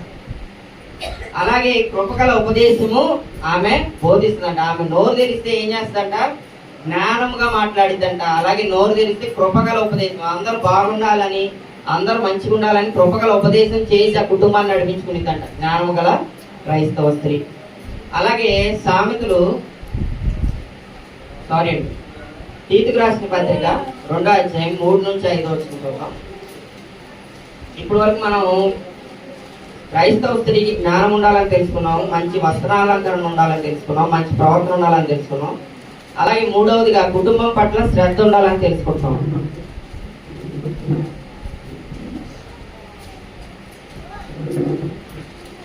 క్రైస్తవ స్త్రీ కుటుంబం పట్ల శ్రద్ధగా ఉండాలి. తీతుకు రాసిన పత్రిక 2వ అధ్యాయం 3 నుంచి 5, పేజ్ నెంబర్ 197 అండి. అలాగనే ఆ వృద్ధ స్త్రీలు కొండెకత్తెలను మిగులు మద్యపానాసక్తులై ఉండక ప్రవర్తన యందు భయభక్తులు గలవారై ఉండవాలని, దేవుని వాక్యం దూషింపబడకుండానట్లు యవ్వన స్త్రీలు తమ భర్తకు లోబడి ఉండాలంట. యవ్వన స్త్రీలు ఎవరైతే కొత్తగా పెళ్ళైన వాళ్ళు, స్త్రీలు ఎవరైతే ఉన్నారో వాళ్ళు ఏం చేయాలంట? భర్తలకు లోబడి ఉండాలంట. తమ భర్తలను, శిశువులను ప్రేమించేవారును, స్వస్థ బుద్ధి గలవారును, పవిత్రులను, ఇంట ఉండి పని చేసుకుని వారును, మంచివారినే ఉండవాలని బుద్ధి చెప్పుచు మంచి ఉపదేశం చేయవారినే ఉండవాలని బోధించుము. ఎలా ఉండాలంట? ఇంట నుండి పని చేసుకుంటూ, ఇంట్లో వాళ్ళకి ఉపదేశం చేసుకుంటూ స్వస్థ బుద్ధి కలిగి ఉండాలంట స్త్రీ, క్రైస్తవ స్త్రీ. అలాగే భర్తలకు లోబడి ఉండి శిశువులను చక్కగా చూసుకోవాలంట స్త్రీ. చూసుకుంటున్నారండి? చూసుకుంటున్నారు లేదు పురుషులు చెప్పాలి. చెప్తారా? చెప్పరు. ఈగోలు అడ్డొస్తాయా? నేను ఇప్పుడు ఒక విషయం చెప్తాను. మీరు ఎన్ని పనులు చేస్తున్నారు బయటికి వెళ్ళి? మనం ఎన్ని పనులు చేస్తున్నాం బయటికి వెళ్ళి? నేనైతే బడి తోలుకుంటా ఆఫీస్కి వెళ్తా, ఆఫీసులో నా మొహం పడేసిన పైసని పని చేసుకుంటాను, మళ్ళీ వచ్చేటప్పుడు ఇంట్లో కావాల్సిన కూరగాయలు ఏమైనా కావాలంటే కొనుక్కొని ఇంటికి వస్తాను. ఇంకా ఆడ పడేస్తా, నా పని నేను చూసుకుంటాను, ఫోన్ చూసుకుంటా, ఇంకేమన్నా పనులు ఉంటే చూసుకుంటాను, పిల్లలకి వచ్చే పాడించుకుంటాను, కొడుకుంటాను. మీరేం చేస్తున్నారో క్వశ్చన్ చేసుకున్నాం. మీరు ఎంత పని చేస్తున్నారు ఇంట్లో? బయట, ఇంట్లో ఎంత పని చేస్తున్నారు క్వశ్చన్ చేసుకోండి. ఒక స్త్రీ ఎన్ని పనులు చేస్తుంది తెలుసా? చెప్పమంటారా? ఇందాక కూర్చొని ఆలోచిస్తుంటే అది లిస్ట్ ఆగట్లేదు నాకు. ఒక స్టేజ్ దాటిన తర్వాత ఎంతో కొంత లిస్ట్ ఆగాలి కదా. నా చెప్పుకున్నాను కదా, ఇప్పుడు మీరు చెప్పుకొని ఉంటారు, మీరు అనుకుని ఉంటారు. ఒక లిస్ట్ పొద్దున్నే లెగుస్తుంది, ఇల్లు ఊడుస్తుంది, వాకిలు ఊడుస్తుంది, వాకిలు ఊడ్చిన తర్వాత వాకిలి ముగ్గేస్తుంది, మళ్ళీ ఇంట్లోకి వచ్చి స్నానం చేస్తుంది, స్నానం చేసిన తర్వాత పిల్లల్ని లేపుకొని పిల్లల్ని స్కూల్కి రెడీ చేసుకుంటుంది, పిల్లల్ని స్కూల్కి రెడీ చేసుకుంటూ వాళ్ళకి టిఫిన్ రెడీ చేసి పిల్లల్ని స్కూల్కి పంపిస్తుంది, వాళ్ళకి టిఫిన్ తినిపించి వాళ్ళని స్కూల్కి పంపించిన తర్వాత మళ్ళీ మూడు లైన్ కడతాడు, నాకు టిఫిన్ పెట్టా అని చెప్పి. మళ్ళీ పిల్లలకి టిఫిన్ పెట్టి భర్తకి టిఫిన్ పెట్టింది, మళ్ళీ భర్తనే ఆఫీస్కి పంపిస్తుంది. భర్త ఆఫీస్కి వెళ్ళిన తర్వాత ఆ తిన్న అంట్లన్నీ మళ్ళీ దోముకునిద్ది, అంట్లు దోముకునిద్ది. మళ్ళీ తర్వాత ఇడిచిన బట్టలన్నీ ఉంటే అవి ఉతుక్కుని బట్టలు ఉతుక్కున్న తర్వాత మళ్ళీ లంచ్ టైం వచ్చేస్తుంది. లంచ్ అత్తమావులకో మళ్ళీ అన్నదమ్ములకో ఎవరో ఒకరి ఇంట్లో ఉంటారు వాళ్ళకి వండి పెట్టాలి. మళ్ళీ లంచ్ టైం వస్తుంది, అన్నీ వండి పెట్టాలి. మళ్ళీ వాళ్ళు తినేసిన తర్వాత ఆ ప్లేట్లు కట్టుకోవాలి, అవి చేసుకోవాలి. మళ్ళీ సాయంత్రం అవగానే మళ్ళీ ఏదో ఒక స్నాక్స్ అంటారు, టీ అంటారు, టిఫిన్లు అంటారు, అవి వండి పెట్టాలి. మళ్ళీ అవి కడుక్కోవాలి. మళ్ళీ సాయంత్రం అయితే పిల్లలు స్కూల్ నుంచి వచ్చేస్తారు, మళ్ళీ వాళ్ళకి స్నానం చేయించుకోవాలి, వాళ్ళకి రెడీ చేయించుకొని వాళ్ళకి ఏదో ఒకటి తినిపించుకోవాలి. ఆ తర్వాత మళ్ళీ రాత్రి అయిపోతాము, అంటే పొద్దున అయిపోయింది, మధ్యాహ్నం అయిపోయింది, సాయంత్రం అయిపోయింది. మళ్ళీ సాయంత్రం అయిపోతే మళ్ళీ ఆకలి చేస్తుంది అందరు, ఇంట్లో ఉన్న వాళ్ళ పురుషులకి అందరు. మళ్ళీ వాళ్ళకి వండి పెట్టాలి, మళ్ళీ వాళ్ళకి వాళ్ళు తిన్నాయి కడుక్కోవాలి, బట్టలు ఉట్టుకోవాలి, ఇంకా ఎన్నో పనులు. ఇంకా దానికి అసలు ఆ లిస్టు ఇవన్నీ చేసిన తర్వాత వాళ్ళకి ఎవరైనా హెల్ప్ చేస్తారా? ఇంట్లో ఒక పిల్లోడే ఉన్నాడు, ఇంకో పిల్లోడు కావాలంటారు. ఎన్ని పనులు చేస్తారు? వాళ్ళు చేసే పనులకి లిస్ట్కి ఎండింగ్ ఉండదు, నెవర్ ఎండింగ్ ప్రాసెస్. సో ఈరోజు ఉమెన్స్ డే కాబట్టి ప్రతి పురుషుడు ఏం చేయాలి? అప్రిషియేట్ చేయండి. హ్యాపీ ఉమెన్స్ డే చెప్పి ఒట్టి ఉమెన్స్ డేతో వాడిని అప్రిషియేట్ చేసి విష్ చేసి చేతులు దులుపుకోకుండా ఒక చాక్లెట్, ఒక ఫ్లవర్ బొకేనో, ఒక చీరో ఏదైతే అది గిఫ్ట్ అన్ని పనులు చేస్తున్నారు కదా, అంత కుటుంబాన్ని నడిపించుకున్నారు. అవన్నీ చేస్తా కూడా భర్తతో పాటు మళ్ళీ వ్యాపారానికి వెళ్తారు, ఆఫీస్కి వెళ్తారు. ఒకవేళ కొంతమంది స్త్రీలు ఎంత డెవలప్ అయి ఉన్నారంటే ఇంట్లో పని చేస్తారు, మళ్ళీ ఆఫీస్కి వెళ్ళి పని చేస్తారు, ఆఫీస్లో పని చేసి వచ్చి మళ్ళీ ఇంట్లో పనులు కూడా చేస్తారు. అలాగే కొంతమంది స్త్రీలు ఎలా ఉన్నారంటే ఆఫీస్లో పని చేస్తూ ఇంట్లో ఉన్న భర్త కంటే కూడా ఎక్కువ సంపాదిస్తారు. ఇంట్లో పని చేస్తారు, మళ్ళీ ఆఫీస్లో పని చేస్తారు, భర్త కన్నా కూడా ఎక్కువ సంపాదించే స్త్రీలు ఉన్నారు. ఎంత గొప్ప విషయం అండి. మనం అని చేస్తామా? నేను ఆఫీస్లో కష్టపడచ్చు, నేను బయట కష్టపడితే ఇంట్లో కష్టపడినా అంట. ఇన్ని పనులు చేస్తూ కుటుంబాన్ని చక్కగా నడిపించుకుంటున్న స్త్రీలని మనం అప్రిషియేట్ చేయాలి. కుటుంబాన్ని చూసుకోవాల్సిన బాధ్యత స్త్రీలకు ఉందని చెప్పి దేవుని వాక్యం బోధిస్తుంది. ఎఫెసీ సామెతల గ్రంథము 15:31 అధ్యాయము 15 వచనం నుంచి 17 వచనం చూడండి.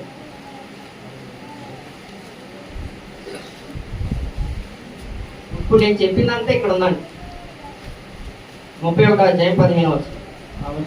ఆమె చీకటితోనే లేచి తన ఇంటి వారికి భోజనం సిద్ధపరచును, తన పనికత్తెలకు బద్దెము ఏర్పరచును, ఆమె పొలమును చూచి దానిని తీసుకొనును, తాము కూడబెట్టి ద్రవ్యం పెట్టి ద్రాక్ష తోట ఒకటి నాటించును. ఆమె నడికట్టు చేత నడుము బలపరుచుకుని చేతులతో బలముగా పనిచేయదు. ఏం చేస్తుందంట స్త్రీ? చీకటితోనే లేచి పనిచేస్తాం ప్రారంభించిందంట. కుటుంబంలో పిల్లల్ని, శిశువులు చూసుకోవాలి, పాలించుకోవాలి, ఇన్ని పనులు చేయాలి స్త్రీ. కుటుంబాన్ని అంత చక్కగా నడిపించుకోవాల్సిన బాధ్యత స్త్రీకి ఉంది. ప్రతి ఒక్క క్రైస్తవ స్త్రీ కుటుంబాన్ని భక్తిలో పెంచుకోవాలి, అలాగే బాధ్యతగా పెంచుకోవాలి. లోకాసు వార్త 8వ అధ్యాయం చూడండి. చివరిగా మనం తెలుసుకోవాల్సింది ఏంటంటే స్త్రీకి జ్ఞానము, అలాగే మంచి క్రియలనే అలంకరణ ఎలా ఉండాలో, ప్రవర్తన ఎలా ఉండాలో, అలాగే కుటుంబం పట్ల బాధ్యత ఎలా ఉండాలో, ప్రాముఖ్యంగా విశ్వాసం అనేది ఉండాలండి. లోకాసు వార్త 8వ అధ్యాయం 43వ వచనం చూడండి. పేజ్ నెంబర్ 59 పక్కనే పక్కన. అప్పుడు 12 ఏళ్ల నుండి రక్తస్రావం రోగం గల ఒక స్త్రీ, అప్పుడు 12 ఏళ్ల నుంచి రక్తస్రావం గల ఒక స్త్రీ ఎవరి చేతను స్వస్థత నొందినదై, ఎవ్వరి చేతను స్వస్థత నొందనిదై ఆయన వెనుకకు వచ్చి ఆయన వస్త్రపు చెంగును ముట్టాను. వెంటనే ఆమె రక్తస్రావము నిలిచిపోయేది. ఇక్కడ మనం ఫుట్ నోట్స్ లో చూసినట్లయితే ఏమనుందండి, కొన్ని ప్రాచీన ప్రతులలో స్త్రీ ఉండెను. ఆమె తన జీవనోపాధి ఎంతయో వైద్యులకు వ్యయం చేసి అన్ని కూర్చబడి ఉంది. ఎన్నో వైద్యుల చుట్టూ తిరిగిందంట ఆ స్త్రీ, ఆ రక్తస్రావం రోగం తగ్గడం కోసం. ఎక్కడ ఆమెకి స్వస్థత దొరకలేదంట. ఆ 12 ఏళ్ళ నుంచి రక్తస్రావం కలిగిన స్త్రీ ఎవరి చేతను స్వస్థత నొందనదే ఉన్నాను కనుక ఆమె ఏం చేసిందంట, ఆ గుంపులో ఆయన వస్త్రపు చెంగును ముట్టాను. జస్ట్ ఆ అంచును ముట్టిందంట. అంచును ముట్టగానే ఏం జరిగిందంట, రక్తస్రావం. ఆమెకి ఏమైతే రోగం ఉందో యేసు ప్రభు వారి చెంగును ముట్టంగానే ఆమెకు ఆ రోగం ఎన్నో సంవత్సరాల నుంచి ఉంది, 12 సంవత్సరాల నుంచి ఉంది. ఎందువల్ల పోయిందంట ఆ రోగం? చదవండి కింద వచ్చిన. నన్ను ముట్టినది ఎవరని యేసు అడగగా అందరూ మేము ఎరుగమన్నప్పుడు పేతురు, ఏలినవాడా జనసములు కిక్కురు మీసి నీ మీద పడుచున్నారుగా. ఈ జనాలందరిలో కూడా యేసు ప్రభు వారికి అర్థమైపోయింది, ఎవరో నన్ను ముట్టుకున్నారు, నాలో నుంచి శక్తి బయటికి వెళ్ళింది, నాలో నుంచి శక్తి బయటికి వెళ్ళి ఎవరినో స్వస్థపరిచింది, ఎవరు ఆమె అని యేసు ప్రభు వారు అంత గుంపులో అడుగుతుంటే ఎవరో నన్ను ముట్టుకున్నారని అడగని పేతురు ఏమంటాడంట, ఇంతమంది జనసమూహం ఉన్నారు, ఈ కిక్కిరిసిలో ఎవరో ముట్టుకుని ఉంటారులేయా అన్నాడు.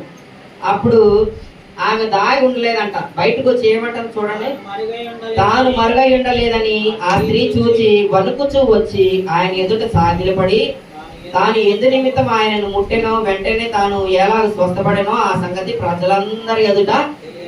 అదే ఆ స్త్రీ దాక్కుందా, అమ్మో నాకు రక్తస్రావం ఉందని చెప్పి నేను అందరికి తెలిసిపోతాను భయపడిందా? ఆమె విశ్వాసం వలన ఆమె స్వస్థత నొందింది కాబట్టి ఆమె వెంటనే వాళ్ళందరి ఎదుట ఎవరిని మహిమపరిచింది? దేవుని మహిమపరిచింది. అందుకు ఆయన కుమారి ఈ విశ్వాసము నిన్ను స్వస్థపరచను, సమాధానం గలవానివై పొమ్మని ఆమెతో చెప్పి. ఏం స్వస్థపరిచిందంట? నాలో శక్తి ఉంది, నేను నిన్ను స్వస్థపరిచానని చెప్పారు దేవుడు. ఏం స్వస్థ? ఆయన వస్త్రం చెంగు ముట్టినా చాలు, నాకున్న 12 సంవత్సరాల నుంచి నాకున్న రోగం మొత్తం పోతాయి అని చెప్పి ఆమె విశ్వాసం వలన ఆమె స్వస్థపరచబడి. అలాంటి విశ్వాసం మనకి ఇబ్బందులు ఆటంకాలు ఎదురైతే ప్రతి ఒక్క స్త్రీకి ప్రాముఖ్యంగా ఉండాల్సింది ఇటువంటి విశ్వాసం. ఆ విశ్వాసం కలిగి ప్రతి ఒక్క స్త్రీ ఉండాలని నేను కోరుకుంటున్నాను. అలాగే చివరిగా మంచి హృదయం ఉండాలండి స్త్రీకి. సాధువైన హృదయము, దయగలిగిన హృదయం ఉండాలి. ప్రాముఖ్యంగా కైండ్ హార్ట్ అనే వచనానికి మనం నిదర్శనం ఎవరు చెప్పుకుంటాం? చివరిగా మనం ఒక క్యారెక్టర్ తెలుసుకోబోతున్నాం. యెహోషువ 2వ అధ్యాయము 9 నుంచి 14 చూడండి, పేజ్ నెంబర్ 178 అండి.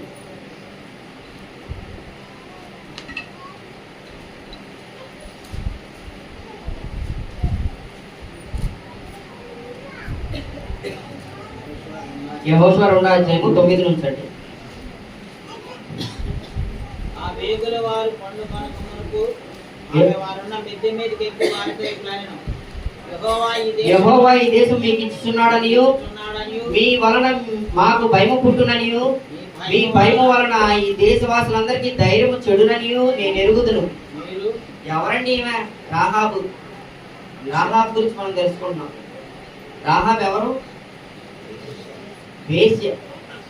రాహాబు వేశ్య అని ఇక్కడ మనకి మొదటి వచనంలోనే చివరి పాటలో ఉంది. రాహాబును ఒక వేశ్య ఎంట చేరి అక్కడ దిగారంట.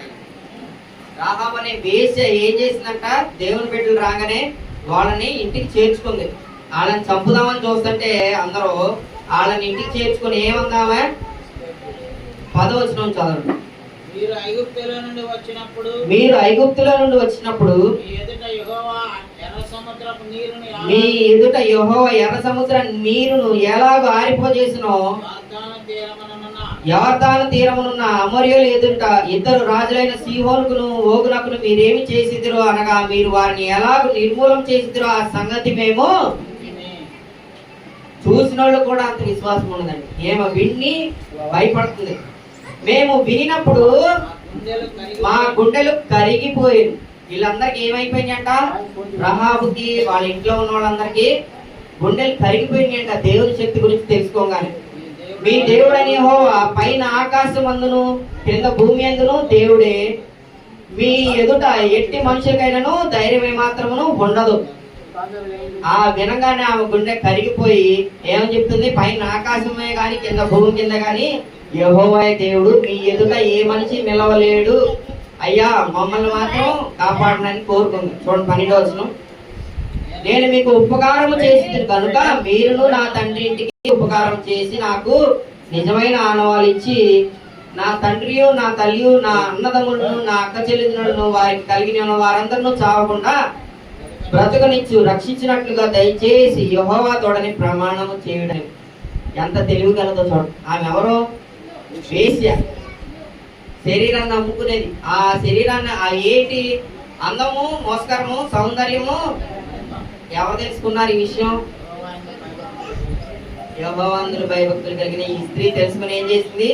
తెలివిగా నేను మిమ్మల్ని శత్రువుల నుంచి తప్పించాను కాబట్టి మీరు ఎలాగో ఈ దేశం మీద యుద్ధం చేస్తారు, వీళ్ళందరినీ నిర్మూలన చేస్తాడు. మీ దేవుడు ఆకాశం మీద భూమి మీద గొప్ప దేవుడు. ఆయన గురించి మేము విన్నప్పుడు మా గుండెలు కరిగిపోయి ఆమె భయపడి ఏం చేసింది? వాళ్ళని మాకు ఆ ఆనవాళ్ళు తెలియజేయడాన్ని వేడుకొని తెలివిగా ఒక్కటే నేను నా పిల్లలు ఉంటే చాలనుకుందా? చూడండి, మీ ప్రతి ఒక్క స్త్రీకి కావాల్సిన బాధ్యత ఇదేనండి.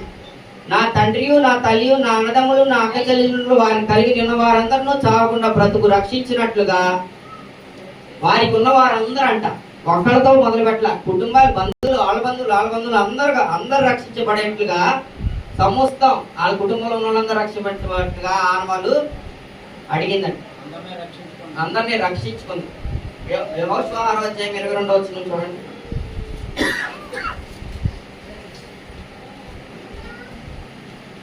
6వ అధ్యాయం 22వ వచనం.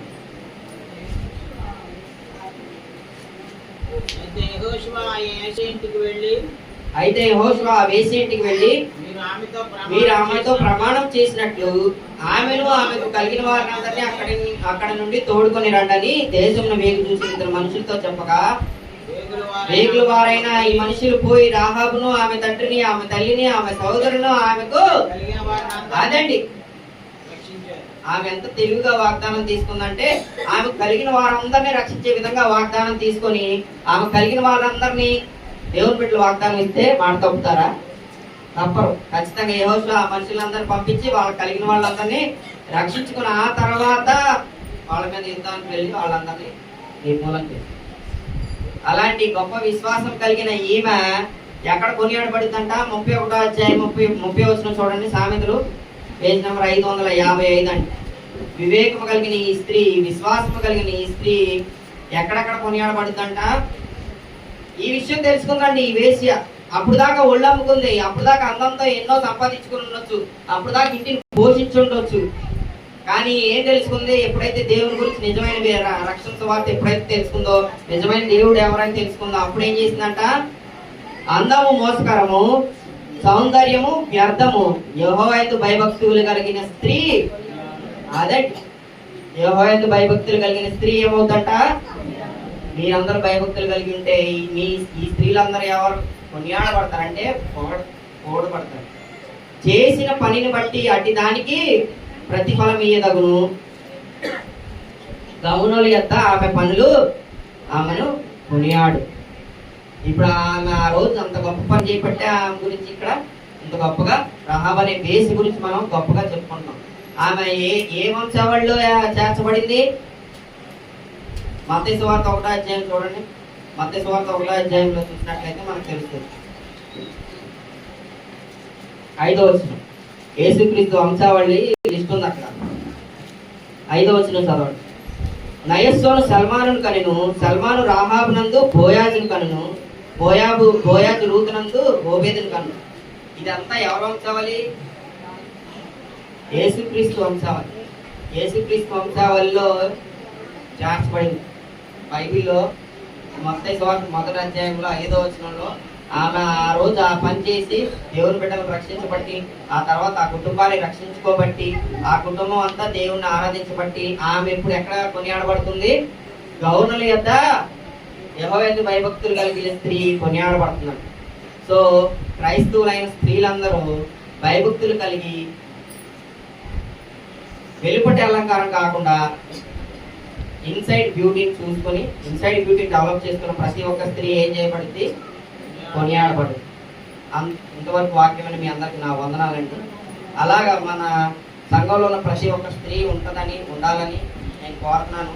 నేను రాసే సరిపోవట్లేదని మా తమ్ముడు పెద్ద బుక్ తీసుకొచ్చి ఇచ్చాడు. ఒక 6-7 పేజీలు రాత్రి అంతా కూర్చొని రాసుకున్నాను. చివరిగా మనం తెలుసుకోవాల్సిన చివరి పాయింట్ నోట్ ఏంటంటే స్త్రీల గురించి, తల్లిగా మనకి జన్మనిచ్చి అక్క చెల్లిగా తన ప్రేమను పంచి భారీగా తన జీవితాన్ని దారపోసి బిడ్డగా అనురాగం పంచుతూ మన జీవితాల్లో వెలుగు నింపుతున్న స్త్రీ అందరికీ మహిళా దినోత్సవ శుభాకాంక్షలు. మగాడు లేకపోయినా స్త్రీ బతకగలదంట. ఎందుకని? స్త్రీకి ఆత్మవిశ్వాసం ఎక్కువ. కానీ స్త్రీ లేకుండా మగాడు బ్రతకలేడు. ఎందుకంటే మగాడి ఆత్మవిశ్వాసమే స్త్రీ అంట. అది ఈ లైన్ ఎక్కడ రాసి పెట్టింది? మొదటి అధ్యాయంలో ఉంది. ఏమని? పురుషుడికి సాటి అయిన సహాయము స్త్రీ అని రాసింది, కానీ స్త్రీకి సాటి అయిన సహాయము పురుషుడంట. సో అది తెలుసుకొని ప్రతి ఒక్క పురుషుడు స్త్రీ పట్ల గౌరవంతో ప్రేమతో జ్ఞానం చొప్పున కాపురం చేయాలని నేను కోరుకుంటున్నాను. ఇంతవరకు వాక్యం అని మీ అందరికి నా వందనం.